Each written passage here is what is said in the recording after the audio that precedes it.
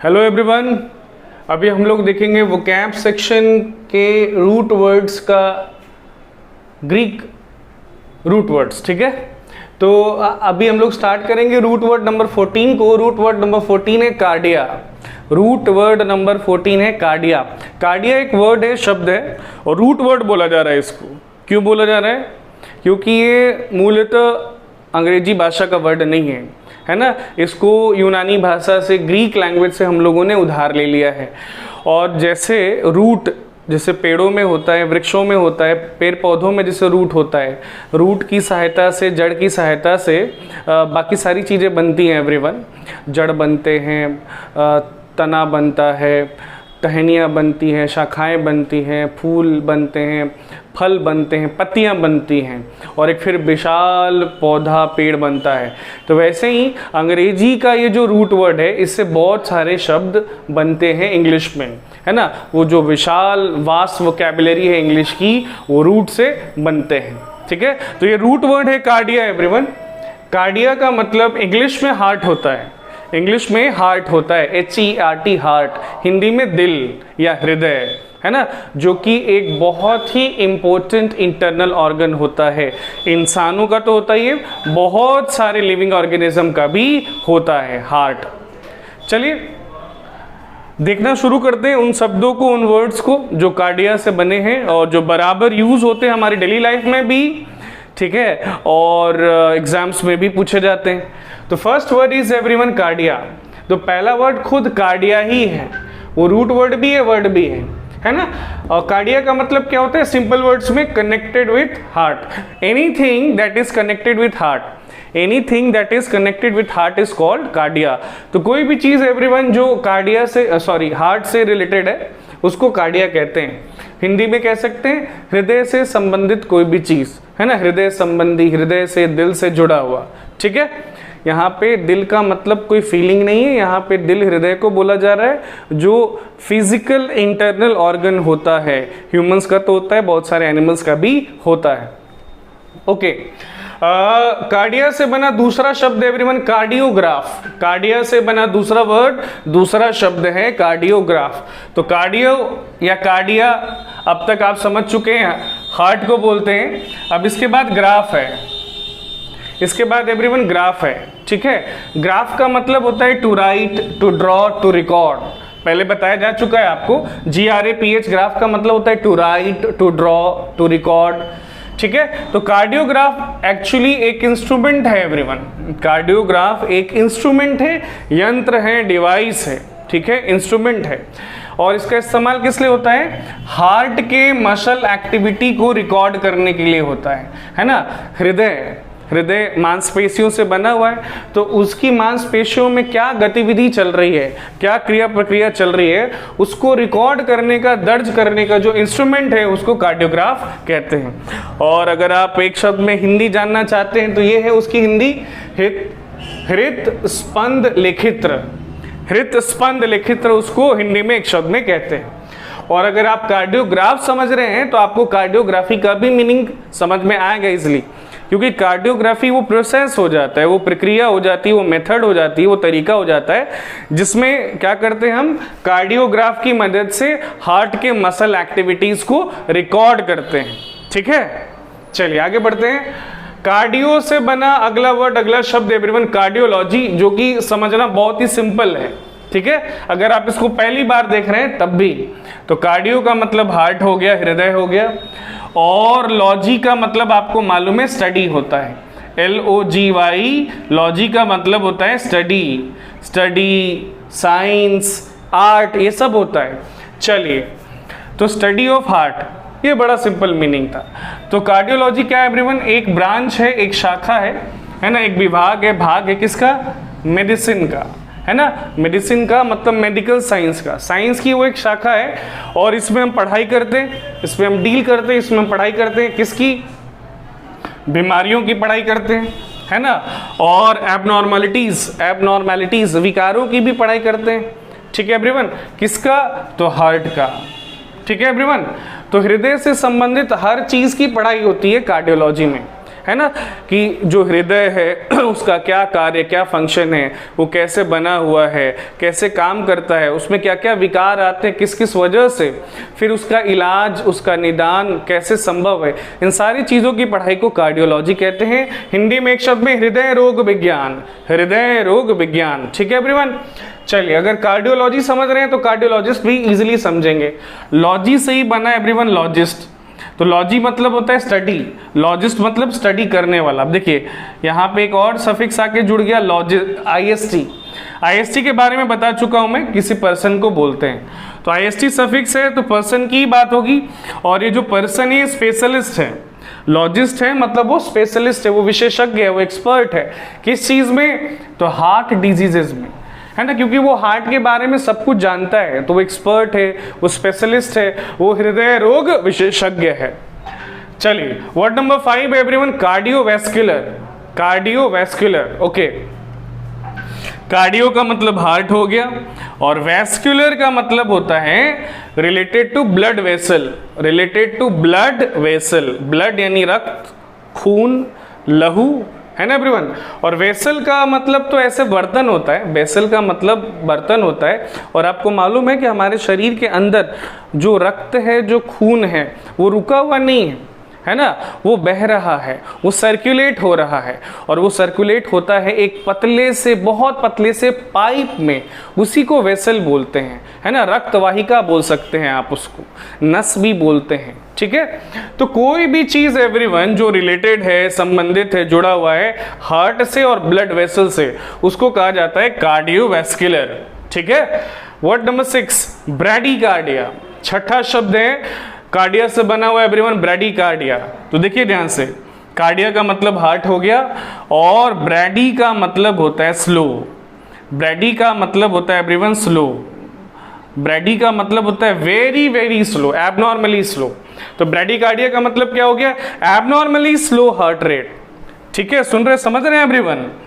तो bradycardia everyone एक condition है बॉडी की जिसमें जो हृदय की गति होती है धड़कने की, हृदय की जो गति होती है धड़कने की, स्पंदन करने की, वो बहुत ज़्यादा स्लो हो जाता है। आप सबको मालूम होगा कि ह्यूमन बीइंग का जो हार्ट है, जो हृदय है, वो 1 मिनट में नॉर्मली 70 से 72 बार धड़कता है, नॉर्मली धड़कता है। नॉर्मली इसलिए कह रहे हैं क्योंकि जब आप कोई फिजिकल एक्सरसाइज करते हैं या फिर जब आप डर जाते हैं, एक्साइटेड हो जाते हैं, तो उस समय आपकी हृदय गति बढ़ जाती है। ठीक है, तो इसलिए कह रहे हैं कि नॉर्मली ह्यूमन का हार्ट रेट होता है 70 to 72 टाइम्स।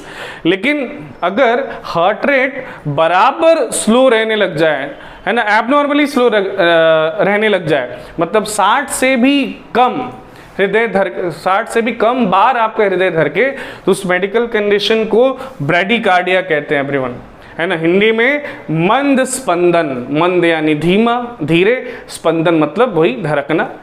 चलिए, अगर ब्रैडीकार्डिया समझ गए तो टैकीकार्डिया भी समझेंगे, क्योंकि ब्रैडीकार्डिया का एंटोनी में टैकीकार्डिया। ठीक है, कार्डिया का मतलब हार्ट हो गया, और जैसे ब्रैडी का मतलब स्लो होता है तो वैसे ही टैकी का मतलब फास्ट होता है, वैसे ही टैकी का मतलब होता है फास्ट, वेरी फास्ट। तो टैकीकार्डिया भी एवरीवन क्या है, एक मेडिकल कंडीशन है ना, आपके शरीर की एक अवस्था है, स्थिति है। इसमें क्या होता है, आपका जो हार्ट रेट होता है, जो हृदय स्पंदन होता है, दिल के धड़कने की जो गति होती है, वो एबनॉर्मली फास्ट हो जाती है। ठीक है, अभी आपने सुना कि जो ह्यूमन का हार्ट है वो नॉर्मल कंडीशन में 70 to 72 टाइम्स बीट करता है, लेकिन टैकीकार्डिया में क्या होता है, ये 100 से भी ज़्यादा बार धड़कने लगेगा। टैकीकार्डिया है अगर किसी पर्सन को, व्यक्ति को, तो इसका मतलब है कि उसका हृदय, उसका दिल 1 मिनट में 100 से भी अधिक बार धड़क रहा है। चलिए आते हैं वर्ड नंबर 8 पर एवरीवन। वर्ड नंबर 8 है कार्डियालजिया। कार्डियालजिया, ध्यान दीजिएगा, कार्डी तो है ही पहले से, वो तो हर वर्ड में होगा, रूट वर्ड ही कार्डिया पढ़ रहे हैं, कार्डी पढ़ रहे हैं, तो कार्डी का मतलब हार्ट हो गया। और ध्यान से देखिए, यहाँ पे एक रूट वर्ड है अल्ज, ALG, अल्ज, जिसको हम लोग पहले पढ़ चुके हैं। ठीक है, तो कार्डियालजिया का मतलब 2 हो जाएगा, कार्डी मतलब हार्ट, अल्ज मतलब पेन। ALG, अल्ज पहले पढ़ चुके हैं, इसका मतलब पेन बताया गया है आपको, PAIN pain, PAIN pain, pain यानी दर्द, है ना, पीड़ा, कष्ट, तकलीफ। तो कार्डियल्जिया का दो मीनिंग आता है एवरीवन, एक तो होता है हार्ट बर्न और दूसरा होता है पेन इन द हार्ट। ठीक है, हृदय में जब आपको पेन हो रहा है, दर्द हो रहा है, पीड़ा हो रहा है, तो उसको कार्डियल्जिया भी बोलते हैं। और एक और कंडीशन होती है हार्ट बर्न, उसको भी कार्डियल्जिया ही बोल रहे हैं। इसमें भी दर्द ही होता है, ये थोड़ा सा डिफरेंट होता है दोनों, इसलिए दो अलग अलग मीनिंग कार्डियल्जिया के आपको बता दिए गए। चलिए, 9वां शब्द है कार्डियोपैथी। कार्डियोपैथी, तो कार्डियो का मतलब हो गया हार्ट, और ये देखिए पैथ से बना है पैथी, पैथ से बना है पैथी। पैथ के दो मीनिंग होते हैं एवरीवन, एक होता है फीलिंग और दूसरा होता है डिजीज। एक होता है फीलिंग, दूसरा होता है डिजीज। तो अभी पैथ का मतलब फीलिंग नहीं, अभी पैथ का मतलब डिजीज ही है। तो कार्डियोपैथी का मतलब क्या हो गया, हार्ट डिजीज। किसी भी हार्ट डिजीज को आप कार्डियोपैथी कह सकते हैं, हृदय रोग। ठीक है एवरीवन, तो ये था root word number 14 cardia. Root word number 15 everyone, CHRON, chron. Chron जिसका मतलब इंग्लिश में होता है टाइम, टाइम जिसको हिंदी में हम लोग कहते हैं काल या समय। ठीक है, चलिए, तो पहला वर्ड, पहला शब्द जो क्रोन से बना है एवरीवन वो है क्रोनिक। क्रोन से बन गया क्रोनिक, है ना, इसमें सफिक्स हमने जोड़ दिया IC, तो क्रोन से हो गया वो क्रोनिक। ठीक है, तो क्रोनिक का मतलब क्या होता है, एनीथिंग, कोई भी चीज, स्पेशली अ डिजीज और प्रॉब्लम, है ना, खासकर कोई बीमारी या कोई समस्या, lasting for a long time, है ना। क्रोनिक एवरीवन खास तौर पर हम किसी बीमारी को बोलते हैं या किसी समस्या को बोलते हैं जो लंबे समय से बनी हुई है ना। हिंदी में एक शब्द में दीर्घकालिक, जैसे आप सुनते होंगे क्रोनिक फीवर। क्रोनिक फीवर मतलब क्या, वो बुखार जो लंबे समय से है ना। क्रोनिक डिजीज, लंबे समय से वो बीमारी है। क्रोनिक प्रॉब्लम, दीर्घकालिक समस्या, लंबे समय से वो समस्या बनी हुई है। आगे बढ़ते हैं एवरीवन, क्रोनिक के बाद बारी है अब क्रोनिकल। ठीक है, इसमें भी क्रोन आप देख सकते हैं, इसमें भी क्रोन देख सकते हैं आप, क्रोन यानी टाइम। अब क्रोनिकल क्या होता है एवरीवन, क्रोनिकल एक रिकॉर्ड होता है, क्रोनिकल एक रिकॉर्ड होता है, ब्यौरा होता है, किसका, इवेंट्स का, घटनाओं का, in the order in which they happen. ठीक है, पास्ट में, भूतकाल में बहुत सारी घटनाएं घटी, तो उन घटनाओं को आप रिकॉर्ड कर रहे हैं, दर्ज कर रहे हैं, है ना, उसी क्रम में जिस क्रम में वो घटी है। तो वो घटनाओं का जो रिकॉर्ड है, जो ब्यौरा है, जो वृत्त है, उसी को कहते हैं इंग्लिश में एक वर्ड में क्रोनिकल। ठीक है एवरीवन, अगला शब्द क्रोन से बना अगला शब्द है एवरीवन क्रोनोलॉजी। क्रोन से बना अगला वर्ड, अगला शब्द है क्रोनोलॉजी। ठीक है, तो क्रोन का मतलब टाइम, तो आप समझ ही रहे हैं। लॉजी का एक से अधिक मीनिंग होता है, लॉजी का मतलब स्टडी होता है, साइंस होता है, आर्ट होता है, लेकिन अभी लॉजी का मतलब है ऑर्डर। अभी लॉजी का मतलब है एवरीवन क्या, ऑर्डर, है ना, क्रम, या फिर लिस्ट भी हो सकता है, या फिर लिस्ट भी हो सकता है, सूची भी हो सकता है। तो वो ऑर्डर, वो क्रम जिसमें सीरीज ऑफ इवेंट्स हुई हैं, जिसमें घटनाओं की एक श्रृंखला हुई है, तो उस क्रम को एवरीवन, उस सूची को कहते हैं क्रोनोलॉजी। ठीक है, आगे बढ़ते हैं। क्रोन से बना अगला वर्ड, अगला शब्द है क्रोनोमीटर। तो क्रोनो का मतलब टाइम हो गया और मीटर का मतलब हो गया मापी या मापक, मापने वाला यंत्र हो गया। ठीक है एवरीवन, सुन रहे हैं, तो क्रोन मतलब टाइम, मीटर मतलब मापने वाला यंत्र, मापक, मापी। तो एवरीवन समय मापने वाले यंत्र को क्या बोलते हैं, क्लॉक ही तो बोलते हैं, क्लॉक। ठीक है, जिसको हम आम भाषा में, है ना, बोलचाल की भाषा में घड़ी कहते हैं। ठीक है, समय सूचक, समय मापक यंत्र, काल मापक यंत्र।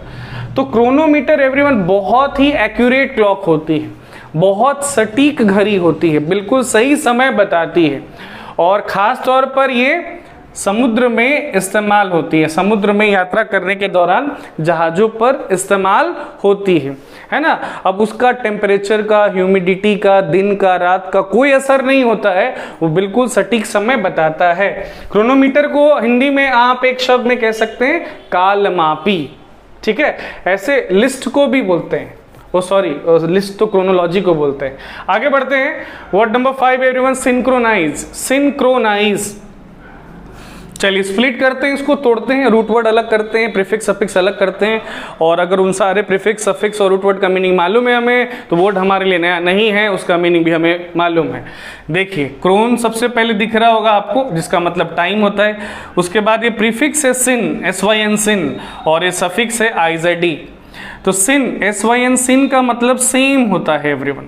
SYN सिन जो कि प्रीफिक्स है उसका मतलब इंग्लिश में होता है सेम, यानी समान, ठीक है। और IZD किसी भी वर्ड का सफिक्स अगर IZD है इसका मतलब वो वर्ड, वो शब्द वर्ब है, एक्शन डिनोटिंग वर्ड, क्रिया है, वो किसी काम के होने करने का बोध कराएगा, ठीक है। कुछ आइडिया मिल रहा है, कुछ सेंस मिल रहा है कि सिंक्रोनाइज का मतलब क्या हो सकता है ना, कोई एक्शन सेम टाइम। देखिए तो सिंक्रोनाइज का मतलब क्या होता है everyone, to happen at the same time.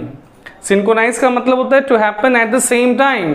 ये घटनाओं के लिए इस्तेमाल हो रहा है, एक ही समय में घटित होना, एक ही समय में घटित होना, और move at the same speed at something, या फिर एक ही गति के साथ चलना, बढ़ना, आगे बढ़ना, एक ही गति के साथ आगे बढ़ना, ये चीजों के लिए इस्तेमाल हो रहा है। तो हिंदी में सिंक्रोनाइज को बोलेंगे एवरीवन समकालीन बनाना या समकालीन हो जाना, समकालीन बनाना या समकालीन हो जाना, सिंक्रोनाइज, ठीक है एवरीवन। चलिए बढ़ते हैं आगे। अगर आप सिंक्रोनाइज समझ गए तो आपको सिंक्रोनिस्ट का भी मतलब समझ में आना चाहिए, ठीक है। यहाँ पे देखिए सफिक्स आके क्या जुड़ा है, IST। IST के बारे में क्या बता रखा है मैंने कि IST का मतलब क्या, पर्सन, यस। तो person who lives at the same time with another is called synchronist. तो वो व्यक्ति जो उसी समय रह रहा है जिस समय दूसरा व्यक्ति भी रह रहा है, तो वो दोनों व्यक्ति एक दूसरे का क्या है, सिंक्रोनिस्ट है, समकालिक है। क्या है, समकालिक, एक ही समय में धरती पे रहने वाले लोग, ठीक है, जीवन जीने वाले लोग। बढ़ते हैं आगे, word number 7 everyone, diachronic. Diachronic, चलिए क्रोनिक का मतलब हम लोग पहले सुन चुके थे, समझ चुके थे, अभी आ गया डायक्रोनिक। क्रोन यानी टाइम, और देखते हैं डायक्रोनिक का मतलब क्या है। Diachronic is anything that is related to something that has changed over time. और डायक्रोनिक का मतलब होता है एवरीवन कोई भी चीज जो किसी ऐसे चीज से संबंधित है जो समय के साथ साथ बदली है, जो समय के साथ साथ बहुत ज्यादा बदल गई है। और यहाँ पे एवरीवन समथिंग का मतलब मान लीजिए लैंग्वेज है ना, डायक्रोनिक लैंग्वेज से रिलेटेड होता है। डायक्रोनिक का मतलब किसी लैंग्वेज से, किसी ऐसे लैंग्वेज से रिलेटेड कोई भी चीज जो समय के साथ बहुत बदल गई है, ठीक है एवरीवन। तो डायक्रोनिक का मतलब कोई भी चीज जो समय के साथ बहुत बदल गई है, खासतौर पर भाषा, खासतौर पर लैंग्वेज। ओके, बहुत सिंपल वर्ड है एवरीवन, क्रोनोफोबिया, ठीक है। फोबिया का मतलब क्या हो गया, फियर, है ना, डर, भय, आतंक, इरेशनल फियर। और क्रोन का मतलब हो गया टाइम, तो क्रोनोफोबिया का मतलब क्या हो गया, fear of time. Simple words में कह सकते हैं समय से डर। तो समय से क्या डर, fear of the passage of time, समय के बीतने का डर, है ना, समय के आगे बढ़ने के डर को एवरीवन क्रोनोफोबिया कहते हैं। और ये जो डर है, इस तरह का जो भय है, इस तरह का भय प्रिजनर्स को होता है, कैदियों को होता है, ठीक है एवरीवन। इस तरह का भय ना एल्डरली लोगों को होता है। या तो समय बीतने का डर या समय के ना बीतने का डर, दोनों चीजें हो सकती हैं एवरीवन, ठीक है। काल भीति इसको हिंदी में एक शब्द में कहते हैं, काल भीति। काल मतलब समय, भीति मतलब भय, आतंक, डर। चलिए 9th वर्ड पर आ चुके हैं हम लोग, एक्रोनिज्म। एक्रोनिज्म, ठीक है। क्रोन का मतलब टाइम हो गया, ए का मतलब क्या होता है, याद है, भूल गए, पहला ही रूट वर्ड था ए, एम और एन। ए का मतलब नो, नॉट, विदाउट। और ISM का मतलब कोई प्रोसेस या कोई बिलीफ, ठीक है। तो अभी तो ना किसी प्रोसेस की बात होगी ना ही किसी बिलीफ की बात होगी। एक्रोनिज्म का मतलब होता है टाइमलेसनेस, टाइमलेसनेस, ठीक है एवरीवन। टाइमलेसनेस मतलब ऐसी स्थिति, परिस्थिति जहां पर समय बीतता ही नहीं है, जहां पे समय रुक सा जाता है, काल रुक सा जाता है, ना वो आगे बढ़ता है ना वो पीछे जाता है।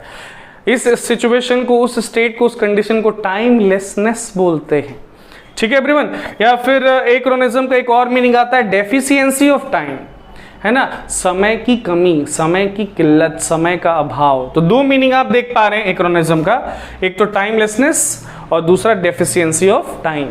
चलिए बढ़ते हैं आगे, 10वां वर्ड है, ठीक है, एनाक्रोनिज्म। एनाक्रोनिज्म ध्यान दे रहे हैं, देखिए क्रोन तो है ही, इसमें टाइम की बात होगी, और एन है, एन का मतलब भी वही होता है जो ए का मतलब होता है, नो नॉट विदाउट, और फिर से आ गया ISM, लेकिन इस बार भी प्रोसेस ऑफ बिलीफ की बात नहीं होगी। एनाक्रोनिज्म एवरीवन किसी पर्सन को बोलते हैं, किसी कस्टम को बोलते हैं, या किसी आइडिया को बोल सकते हैं, कोई व्यक्ति, कोई रीति रिवाज या कोई विचार दैट सीम्स ओल्ड फैशन, है ना, जो कि ओल्ड फैशन लगता है, जो कि पुराने समय का लगता है, and doesn't belong to the present, जो वर्तमान समय का नहीं लगता है, ठीक है। काल भ्रम उसको हिंदी में कहते हैं एक शब्द में, समझ पाए एनाक्रोनिज्म को, मतलब ऐसा कोई व्यक्ति, ऐसी कोई रीति रिवाज या ऐसा कोई विचार जिसको हिस्ट्री में, जिसको इतिहास में गलत टाइम में सजा दिया गया है ना, उसको उसके सही टाइम में नहीं सजाया गया है, मतलब उसको अपने समय से बाद वाले समय में सजा दिया गया है, लिख दिया गया है, बता दिया गया है। तो एनाक्रोनिज्म एवरीवन ये था 10वां word. Root word number 15 chron. Root word number 16 है एवरीवन कॉस्म, COSM कॉस्म।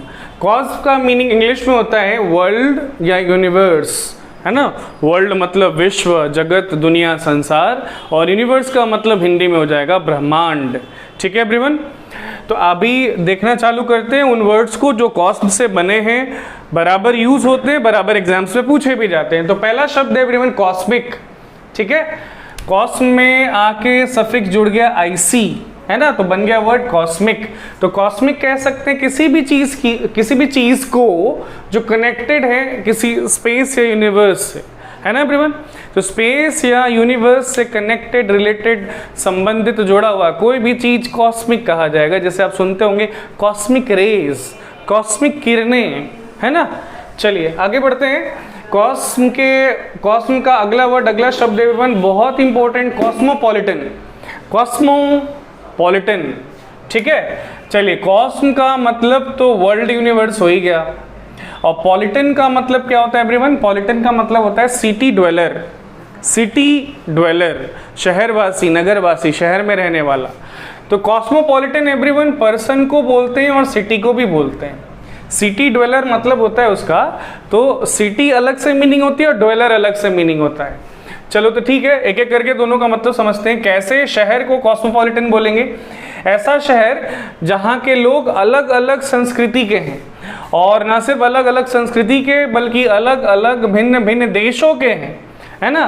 तो ऐसा शहर जहाँ पर अलग अलग संस्कृति के और अलग अलग देशों के लोग रहते हैं, उस सिटी को, शहर को कॉस्मोपॉलिटन कहते हैं। हिंदी में सर्वदेशीय, सर्वदेशीय। अब सुनिए कैसे व्यक्ति को कॉस्मोपॉलिटन आप कहेंगे? ऐसा व्यक्ति जिसने दुनिया के बहुत सारे हिस्सों का भ्रमण किया है, घुमा फिरा है, और वो ओपन माइंडेड है, खुले विचारों का है। हर रिलीजन, हर कल्चर, है ना, हर कास्ट, हर क्रीड, हर रेस, हर कंट्री, हर एरिया के लिए उसके दिमाग में जगह है। तो ऐसे व्यक्ति को हिंदी में कहते हैं विश्ववादी। वो अपने आप को ना किसी एक देश का नागरिक नहीं समझता, वो अपने आप को पूरे दुनिया का नागरिक मानता है, कॉस्मोपॉलिटन। ठीक है, आगे बढ़ते हैं। थर्ड वर्ड है एवरीवन कॉस्मोमेटरी। कॉस्मोमेटरी, कॉस्म का मतलब समझ ही रहे हैं, सुन ही रहे हैं आप, वर्ल्ड यूनिवर्स, और मीटर से बना मेट्री। मीटर का मतलब होता है मेजर करना, है ना, मेजर करने वाला डिवाइस, और मेट्री का मतलब हो जाता है मेजरमेंट, है ना, मेजर करने का, मापने का प्रोसेस, तरीका, मेथड, विधि। सो कॉस्मोमेट्री एवरीवन एक आर्ट है, ध्यान दीजिएगा, आर्ट, कला है। कला क्या करने का? विश्व या ब्रह्मांड को माप जाने का, विश्व या ब्रह्मांड को माप जाने का कला जो आर्ट है वो कॉस्मोमेट्री है, कि विश्व या ब्रह्मांड कितना बड़ा है, कितना विशाल है। ठीक है, चलिए आगे बढ़ते हैं। चौथा शब्द है कॉस्मोलॉजी। तो कॉस्म का मतलब हो गया वर्ल्ड यूनिवर्स, और लॉजी आपको पता है स्टडी को बोलते हैं, साइंस को बोलते हैं। तो कॉस्मोलॉजी स्टडी है किसका? ऑब्वियस है यूनिवर्स का। तो यूनिवर्स के कौन से एस्पेक्ट का, यूनिवर्स के कौन से पार्ट का? यूनिवर्स के ओरिजिन और डेवलपमेंट के पार्ट का, है ना। ये जो ब्रह्मांड है इसकी उत्पत्ति कैसे हुई, किस कंडीशंस में हुई, और फिर इसका डेवलपमेंट यानी विकास कैसे हुआ, ये मौजूदा स्थिति में कैसे पहुंची, इन सारी चीजों के अध्ययन को कहते हैं कॉस्मोलॉजी, हिंदी में ब्रह्मांड विज्ञान। ठीक है एवरीवन, आगे बढ़ते हैं। कॉस्मोलिटरी बहुत सिंपल वर्ड है, इसका मतलब समझ गए होंगे आप लोग। देखते हैं, कॉस्म का मतलब हो गया वर्ल्ड यूनिवर्स, और लिटरी का मतलब क्या होता है? वर्शिप, है ना, पूजा या पूजन। तो कॉस्मोलिटरी का मतलब क्या हो जाएगा everyone? The worship of the world, और यूनिवर्स भी कह सकते हैं, है ना। तो विश्व, जगत या ब्रह्मांड के पूजा पूजन को, है ना, अर्चना, उपासना को, आराधना को क्या बोलते हैं? कॉस्मोलिटरी। एक शब्द में विश्व पूजन, ठीक है। चलिए छठा वर्ड एवरीवन, कॉस्मोस। कॉस्म से बन गया कॉस्मोस। तो कॉस्मोस एवरीवन अलग से कोई वर्ड नहीं है, यूनिवर्स को ही बोलते हैं कॉस्मोस, ब्रह्मांड को ही बोलते हैं। ऐसा यूनिवर्स जिसको एक सिस्टम के तौर पर देखा जाता है, जहाँ पर ऑर्डर है, जहाँ पर पैटर्न है, जहाँ पर व्यवस्था है, जहाँ पर पैटर्न है, तो इसको हिंदी में कह सकते हैं विश्व व्यवस्था, ठीक है। आगे बढ़ते हैं 7वें शब्द की तरफ, कॉस्मिज्म, है ना, देख सकते हैं आप, ISM आ गया, मतलब अब बिलीफ की बात होगी, है ना। तो कॉस्मिज्म क्या है एवरीवन? एक बिलीफ है, एक थ्योरी है। क्या कहता है ये कहता है कि यूनिवर्स यानी जो ब्रह्मांड है वो सेल्फ एग्जिस्टेंट होल है ना, और उसको भगवान के द्वारा नहीं बनाया गया है। बताइए, कुछ फिलोसोफर्स ऐसे हैं, कुछ लोग धरती पर ऐसे हैं जिनका ये मानना है, जिनकी ये मान्यता है, जिनकी ये विचारधारा है कि ब्रह्मांड सेल्फ क्रिएट हुआ है, वो अपने आप से पैदा हुआ है, बना है, और उसको भगवान ने नहीं बनाया है। ठीक है, सुन रहे, समझ रहे हैं? कॉस्मिज्म कहते हैं इस बिलीफ को, इस मान्यता को कहते हैं कॉस्मिज्म। और इसका ठीक उल्टा बिलीफ होता है एकॉस्मिज्म। इसका ठीक उल्टा बिलीफ होता है एवरीवन एकॉस्मिज्म। कॉस्मिज्म का उल्टा होता है एकॉस्मिज्म। तो कॉस्मिज्म के जैसा एकॉस्मिज्म भी एक थ्योरी है ना। ये क्या कहती है? ये कहती है कि यूनिवर्स भगवान से अलग नहीं है, यूनिवर्स को, वर्ल्ड को भगवान ने ही बनाया है। ठीक है, एकॉस्मिज्म। चलिए आगे बढ़ते हैं। 8वां वर्ड एवरीवन, कॉस्मोग्राफी। तो कॉस्म तो समझ गए, वर्ल्ड यूनिवर्स, और ग्राफी का मतलब स्टडी, साइंस, आर्ट होता है। तो कॉस्मोग्राफी एवरीवन एक साइंस ही है, या यूं समझें आप कि कॉस्मोग्राफी कॉस्मोलॉजी का ही एक पार्ट है, हिस्सा है, भाग है। इसमें क्या पढ़ते हैं हम? इसमें पढ़ते हैं कि ये जो पूरा नेचर है, ये जो पूरा नेचर, ये जो प्रकृति है हमारी, ये जो पूरी दुनिया है, संसार है, उसका क्या कॉन्स्टिट्यूशन है, उसका कॉन्स्टिट्यूशन क्या है, वो किन किन चीज़ों से बनी है। ठीक है, वो किन किन चीज़ों से बनी है। सृष्टि वर्णन एक शब्द में कहते हैं, सृष्टि वर्णन। सृष्टि यानी भाई दुनिया, जगत। चलो अगला वर्ड, अगला शब्द, इनफैक्ट लास्ट वर्ड इस रूट वर्ड का है एवरीवन, कॉस्मोगॉनी। ठीक है, कॉस्मोगॉनी क्या होता है? ये भी साइंस का एक ब्रांच ही है, और इसमें हम पढ़ते हैं कि सोलर सिस्टम की उत्पत्ति कैसे हो, है ना। सोलर सिस्टम जिसको हम लोग सौर मंडल या सौर परिवार कहते हैं, उसकी उत्पत्ति कैसे हुई, इस ब्रांच में हम लोग पढ़ते हैं कॉस्मोगॉनी। तो ये था एवरीवन 16वां root word, COSM, cosm. Root word number 17 है everyone, crypt, CRYPT, crypt. Crypt का मतलब इंग्लिश में होता है सीक्रेट या हिडन। सीक्रेट यानी गुप्त, हिडन यानी छिपा हुआ। ठीक है, सो पहला वर्ड, पहला शब्द जो क्रिप्ट से बना है वो खुद क्रिप्ट ही है, वो खुद क्रिप्ट ही है एवरीवन। क्रिप्ट का मतलब होता है रूम, रूम कमरा, कक्ष। Room under the floor of a church, है ना, कोई कमरा, कोई कक्ष जो कि चर्च के फ्लोर के नीचे है। चर्च यानी गिरजा घर के एक फ्लोर के नीचे है। आप उसको हिंदी में कह सकते हैं तल घर, तल घर, है ना, फ्लोर यानी तल, तल के नीचे वाला घर, तल घर, या तहखाना भी आप उसको कह सकते हैं। चलिए आगे बढ़ते हैं एवरीवन। अगला वर्ड, अगला शब्द है क्रिप्टोग्राफी। क्रिप्टोग्राफी, तो क्रिप्ट या क्रिप्टो का मतलब क्या हो गया? सीक्रेट, हिडन, और ग्राफी का मतलब आप सबको अच्छे से पता है, बहुत अच्छे से पता है, राइटिंग होती है। राइटिंग मतलब लेखन। तो क्रिप्टोग्राफी एवरीवन एक आर्ट है, एक कला है, क्या करने का? कोड्स को लिखने का या सॉल्व करने का। कोड यानी कूट भाषा, ऐसी कोई भाषा जिसको आम आदमी, है ना, आम लोग, सब लोग नहीं समझ पाते हैं। ठीक है, कुछ विशेष लोग ही, कुछ एक्सपर्ट लोग ही, विशेषज्ञ लोग ही समझ पाते हैं। तो एक कला है, ठीक है, कोड्स लिखने की, कोड्स को लिखने की या कोड्स को सॉल्व करने की। हिंदी में एक शब्द में इसको कूट लेखन बोलते हैं। ठीक है, चलिए तीसरा शब्द है क्रिप्टोलॉजी। क्रिप्टोलॉजी, ठीक है। तो क्रिप्टो का मतलब क्या हो गया? सीक्रेट, और लॉजी का मतलब क्या हो गया? स्टडी, अध्ययन। तो क्रिप्टोलॉजी क्या हो गया भाई? द स्टडी ऑफ कोड्स, है ना। कोड्स का अध्ययन कहलाता है क्रिप्टोलॉजी, यानी कूट लिखन शास्त्र। अब ये जो कूट भाषा होती है एवरीवन, ये कोई आसान भाषा तो है नहीं। ऐसे भी कोई भी भाषा आप सीखते हैं तो उसके लिए अध्ययन करते हैं, पढ़ाई करते हैं। जैसे आपको अंग्रेजी सीखना है तो आप इंग्लिश पढ़ रहे हो, इंग्लिश वोकैबुलरी पढ़ रहे हो, इंग्लिश ग्रामर पढ़ते हो आप, है ना, इंग्लिश कॉम्प्रिहेंशन पढ़ते हो आप, इंग्लिश लिटरेचर पढ़ते हो आप, है कि नहीं। तो कोड लैंग्वेज भी एक तरह की लैंग्वेज ही है, उसकी भी पढ़ाई होती है, और उसकी पढ़ाई को, उसके अध्ययन को क्रिप्टोलॉजी कहते हैं। चौथा वर्ड एवरीवन, एनक्रिप्ट। एनक्रिप्ट देखना ध्यान से, क्रिप्ट है यहाँ पर जिसका मतलब सीक्रेट होता है, और EN जो है ये प्रीफिक्स है, प्रीफिक्स है ना। और इस प्रीफिक्स का इस्तेमाल होता है वर्ब बनाने में, इस प्रीफिक्स का इस्तेमाल होता है वर्ब बनाने में। तो इनक्रिप्ट ऑब्वियस है, स्पष्ट है एवरीवन कि वो वर्ब है, वो क्रिया है, वो एक्शन डिनोटिंग वर्ड है, उससे किसी काम के करने का, होने का बोध होगा, ठीक है। सो क्रिप्ट का मतलब, एनक्रिप्ट का मतलब होता है टू चेंज, बदल देना। किसको किसमें? ऑर्डिनरी लैंग्वेज को सीक्रेट कोड्स में, है ना। आम भाषा को सीक्रेट कोड्स में बदल देना, ताकि बाकी लोग उसको पढ़ ना पाए या देख ना पाए, समझ ना पाए, ठीक है। हिंदी में कहते हैं एवरीवन कुट अंकित करना, कुट अंकित करना। चलिए, एनक्रिप्ट का उल्टा होता है डिक्रिप्ट। क्रिप्ट का मतलब तो वही हो गया सीक्रेट, और डी ये भी एक प्रीफिक्स है ना, ये भी एक क्या है? वर्ब है। इसका भी मतलब वही होता है चेंज करना, लेकिन किसको किसमें? सीक्रेट कोड्स को वापस ऑर्डिनरी लैंग्वेज में, है ना, कूट भाषा को वापस आम भाषा में बदल देना, ताकि सब लोग उसको देख सके, पढ़ सके, समझ सके, ठीक है। इसको हिंदी में कहते हैं विगुड़ करना, विगुड़ करना, गुड़ भाषा को विगुड़ कर देना, ठीक है।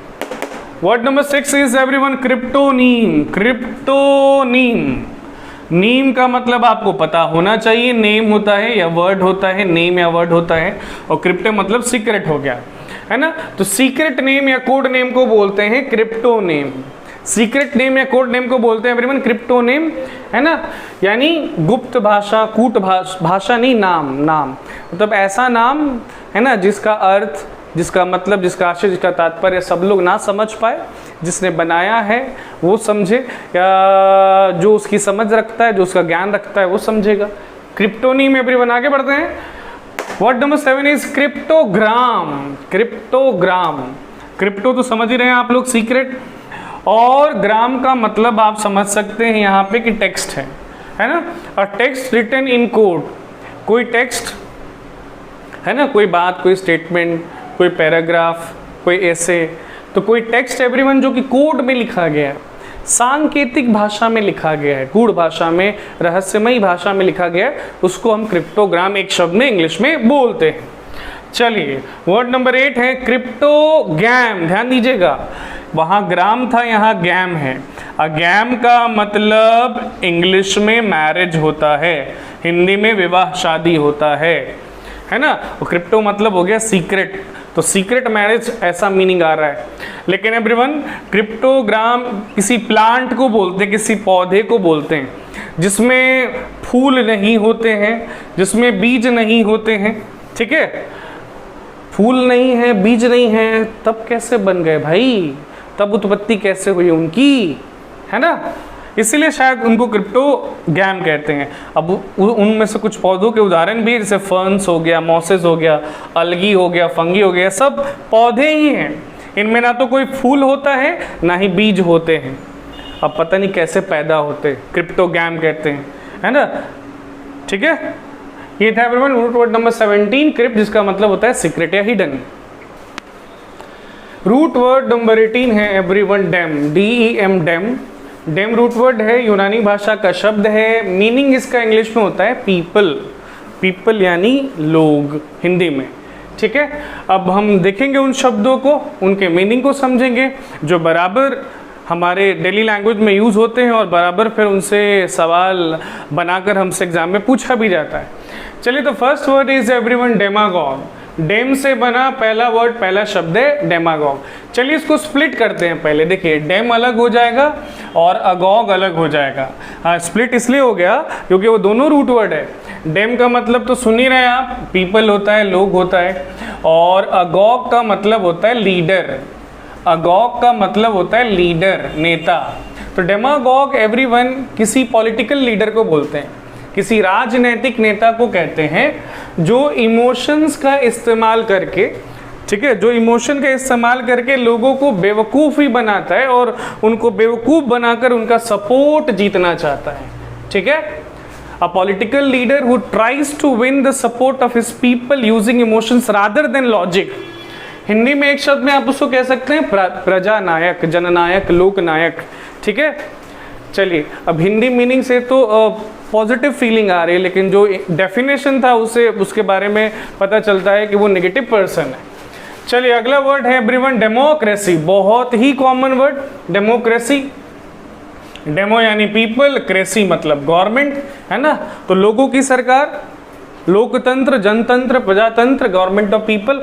डेमोक्रेसी के बारे में आप जानते हैं कि ये सरकार की वो व्यवस्था है जिसमें जनता खुद अपने प्रतिनिधि को चुनती है सरकार के रूप में, वोट देकर, है ना, सीक्रेट बैलेट के जरिए।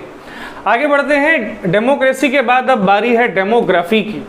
ठीक है, तो डेमो का मतलब पीपल और ग्राफी के तो एक से अधिक मीनिंग होते हैं एवरीवन। स्टडी होता है, आर्ट होता है, साइंस होता है, राइटिंग होता है।